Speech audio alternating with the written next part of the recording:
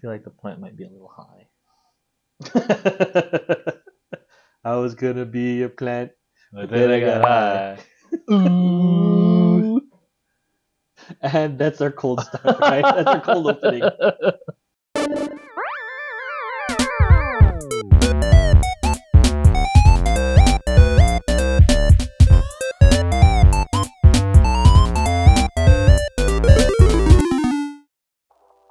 Hi, I'm Simon. I'm the one who just kept the bird in the cage. Hi, I'm Mark. I'm the bird watcher. If you know, you know. I didn't watch that bird though. That's gross. If you know, you know. And if you know, I'm so sorry. I really am. But welcome to another edition of Twin Appropriate Behavior.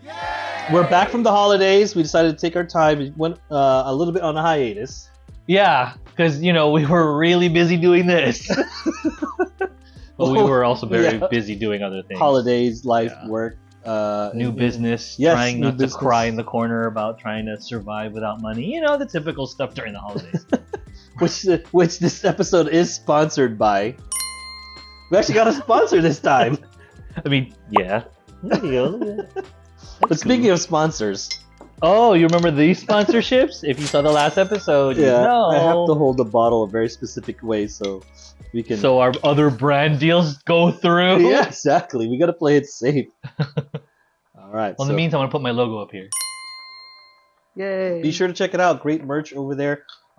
Stuff's coming out very soon. I got some new stuff coming down the pipeline, so I'm very excited to release that. Lots of great stuff. That holiday that holiday series was really good. Oh, it was fun. Very thoughtful. But I get to know what's going on up in the next drop, so you're in for it. It's gonna be really great. He's like my unofficial intern where I make him do stuff and he does it for free. Yeah. What we wanted to talk about really kind of hit home for a lot of us, especially us Filipino Americans, whether it's our age, our generation, or those that are younger. But we all know when it comes down to the holidays, there's a lot of family gatherings. And those family gatherings could cause a lot of anxiety, I guess. Oh my god, on any and every level, whether it's like about your job or about your relationship status or just your overall well-being or your appearance. Well-being, usually to ask about well-being, right?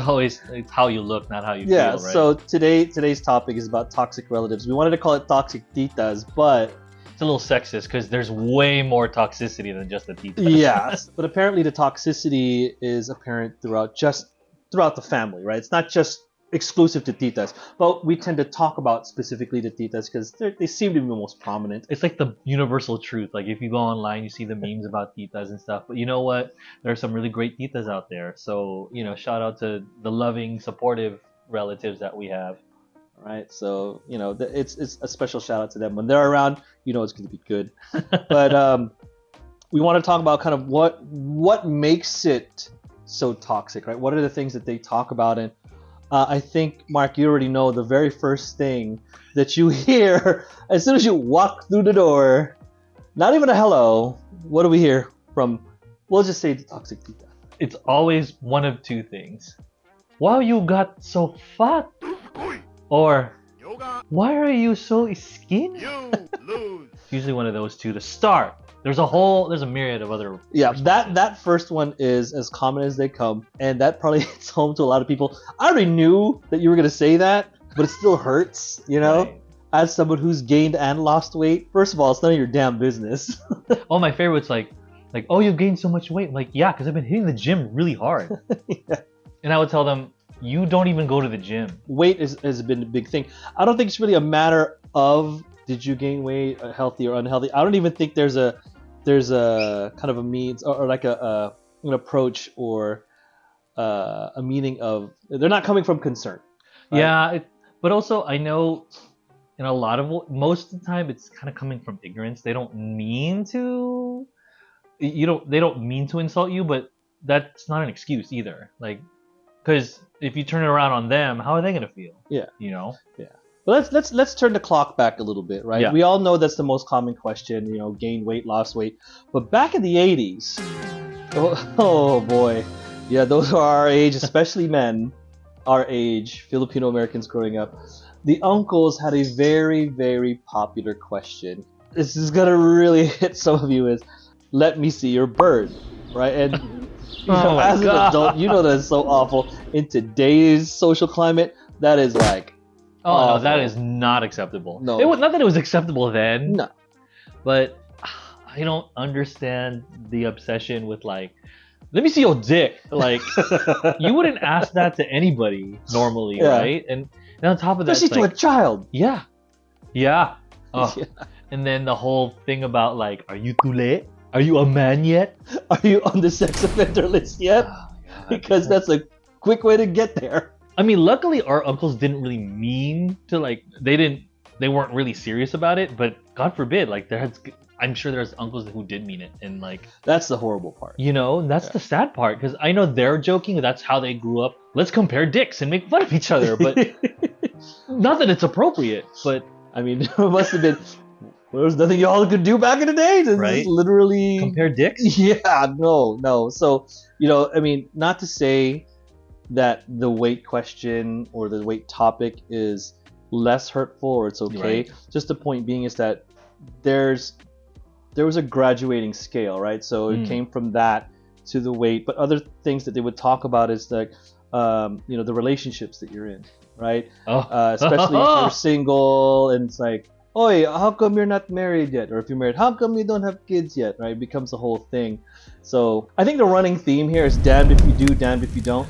yeah. That reminds me of a great story. I'm not gonna mention names. I mean, we're over it now, but it's hilarious. One family party that we went to is my boyfriend at the time had gone with us, and one of my aunties didn't know too much about me, I guess I would assume, and she's like, Mark, come here, let me. So she shows me a picture of this girl graduating nursing school with a bunch of people. I know this one. And she's, oh, that's my niece. And I was like, oh, that's cool. That's nice. She's like, do you think she's pretty? She's going to be a nurse. I was like, yeah, she's like, what do you say, you know? Yeah. And Wow. so she You- kept pushing it. She's like, do you think she's pretty? Da, da, da. And I go, yeah, she's pretty. And you know what I asked her? Does she have a brother? And she didn't get it. She didn't get it. Mom did, though. Mom was like, Walk away, walk away, walk away, walk away, walk away. and so I think after she did get it, she didn't talk to me. She didn't talk to me for like 3 years. After Yeah, that. yeah. I think it was more of the shock factor. That I didn't kinda mean to kicked in. embarrass her, but also I don't blame her for assuming either, because it's not like, Yeah. you know. But also, who the hell did she think that random dude was coming into the parties every occasion? Oh yeah, to tie it together with the whole relationships thing, me as a father, right? Especially when I was the one that was tagged as having kids too young, right? So, the behavior of your kids was often like a way of gauging how good of a person and parent are you, right? So they expect the kids to be like, oh, mano po, or say hi, and it's like, no, they don't. yeah, know you. they Why don't are owe you so rude? anything. They don't Yeah. know them. So I have an auntie story about that as well, right? don't And- we all? Oh, and- Don't we all? so the younger one at the time, he was a baby, and we didn't go to too many family parties to begin with, right? So of course, whenever we come around, it's this whole thing. So we walk in through the door, and I'm greeting my parents and all the other aunties and uncles, whatever. And one auntie is like, "Oh, Matthew," da, da, da, da. And if you remember Matthew, he was an angry little boy back in the day. He Right? was. crazy. He crazy was. man.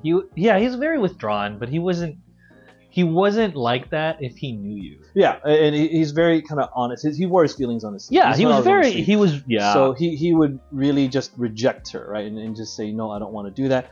She said, Simon, why is your kid so suplado, right? And I could, For those who don't know, why is he so rude? yeah, why is he so rude? And I see in the corner of my eye, my wife is like, you better fucking say something, right? And that's that, and I'll get to that point later. I think Yeah. that's a very poignant thing to remember that, I said something and I went, Auntie, he doesn't know who you are. Ever since he was born, you never saw him. You never reached out. I turned it around on her.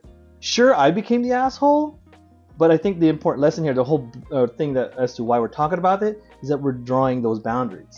Boundaries. That's such a thing for our generation that we had to learn and Yeah. unlearn, like to accept things that we weren't comfortable with. We had to unlearn that. Yeah, absolutely. Not just with our own families, but our own relationships, our own personal boundaries. As much as we kind of talk about these things and we kind of joke, these are the things that haunt other Filipino Americans, Asian Americans, or just people in general, family gatherings shouldn't be a place of anxiety. I mean, it always is. Yeah, I mean, let's face it.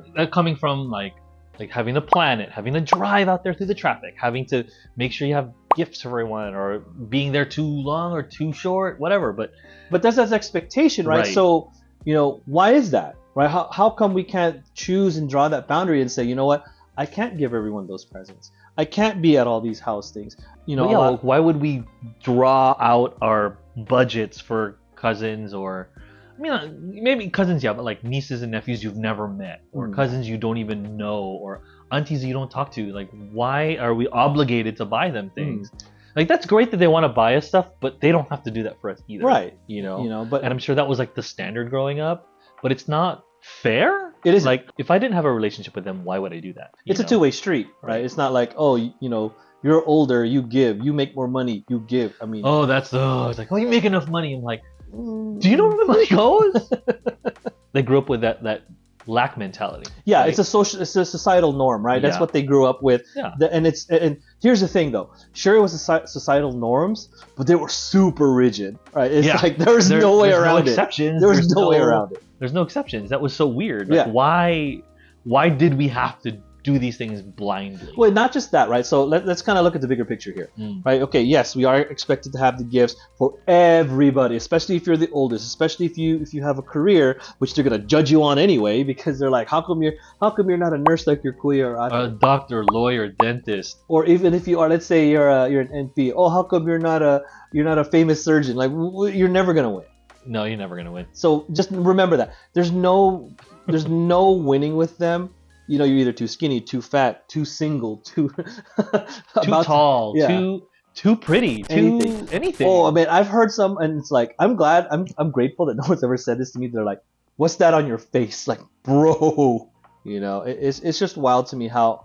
I mean, I think it's because our aunties and uncles growing up, they didn't have boundaries, they didn't understand the importance of that, so they just think you can just step all over them, and they think. Also, they didn't have the avenue to express that. Correct. Because they would probably have been shut down, or it's like, oh, well, I'm the parent. You can't do this. Like, I know better. I'm like, that's not always true. No, and sure, you are correct. Our parents know a lot of things, but they're imperfect. So are we. But we can't. It's not fair to hold other people to a standard you can't live up to. Right, because it's not just about the gifts. It's also about you have to have this certain job. You have to have a career at this age. You have to finish college, and if you do end up finishing, you have to finish it within a certain time frame. Then get married, but you can't get a girlfriend until after you're done with school. Date. Yeah, but all of a sudden it's like, oh, you're getting divorced? Well, I don't know. I didn't have a relationship till after college. Yeah, because I don't know how to handle myself in a relationship. Because why? You said I couldn't have a relationship. And another set dog. Hi, Sarah. Did you just see a tail in the thing? Hi, Sarah. Okay, we'll take a sponsorship break here. And she gets all the pets in the world. Go ahead and pour a sponsorship for our doggy here. You want to say hi to everybody? Oh, can you give me a woo?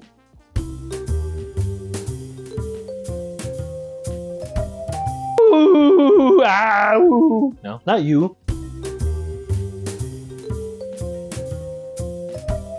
Oh yeah, so we were talking about those expectations, right? You have to fit in the very small box that they don't even fit in themselves. Yeah, that's what I didn't understand. Here's the thing, right? I thought about it for a while and I thought, okay, what if I fit into one of these boxes? No, you must fit all boxes. You must check them all off. You have to be this. And the thing is, at the end of the day, that's the flex for the parents. There's kind of like what we had on our career expectations episode, where we had friends that and peers that took jobs that were like only because their parents told them to, and they're fucking miserable. Right. When they confessed to what their true passion would have been. Exactly. I could have been this. I could have been this. I'm like, you could still do it. So, which kind of turns it to the next gear here, right? How does that affect us, right? A lot of times we're always feeling like we're not enough. But here's the thing, though, like when the adults impose these things on us, they assume we don't have feelings. They assume, and when you're younger, they assume you don't have feelings. They assume that you're just gonna listen. They assume that you're dumb and you don't know better. You said the key thing though. You're younger. So in a lot of our cultures here, the fact that you're younger, you're automatically a piece of shit. Yeah, right? You're automatically stupid. Yeah, you don't matter. You owe everyone everything. Oh, we got a woos. Now when Now we gotta wooze. Not now. We're recording. We're picking you up.